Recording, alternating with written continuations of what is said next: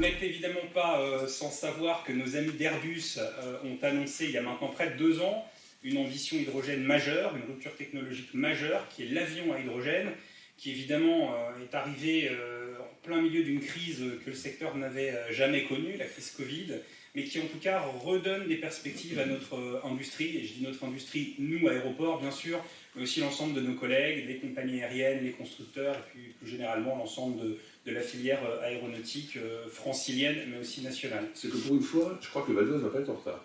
Je pense même qu'on va être leader, et on va tous travailler ensemble, et c'est pour ça que vous êtes là aujourd'hui, on va travailler ensemble pour faire du Val d'Oise le leader de ce plan hydrogène.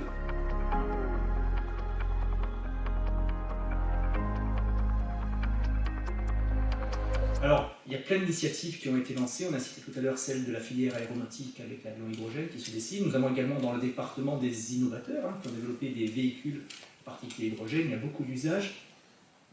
Disons entre nous que pour les prochaines années, ce qui fonctionnera bien, c'est en matière par exemple de mobilité, la mobilité lourde. Puis le troisième élément qui est essentiel, et je remercie en tout cas la Chambre de commerce de l'avoir mis à son ordre du jour, c'est le maillage territorial.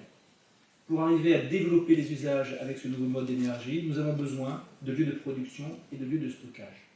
Et si chacun agit seul, si chacun agit dans son couloir, l'exercice va être extrêmement difficile, va être d'abord extrêmement coûteux, parce qu'on va avoir des phénomènes de concurrence qui vont se mettre en place.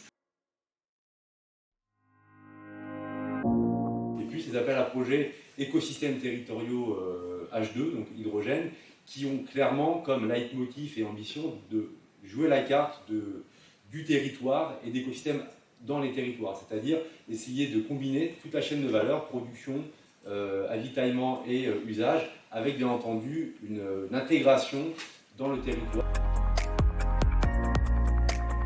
Cet état des lieux a également amené Madame la Présidente et le département à proposer et soutenir l'inscription de la filière hydrogène comme stratégie prioritaire pour le développement économique de la région Île-de-France dans le cadre de son SRDE2I.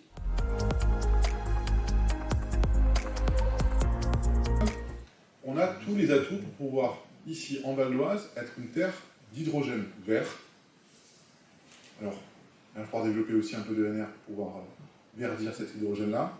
Pour une fois, soyons les fers de lance en Île-de-France de cette belle filière créatrice d'emplois, de richesses et technologies qui est l'hydrogène.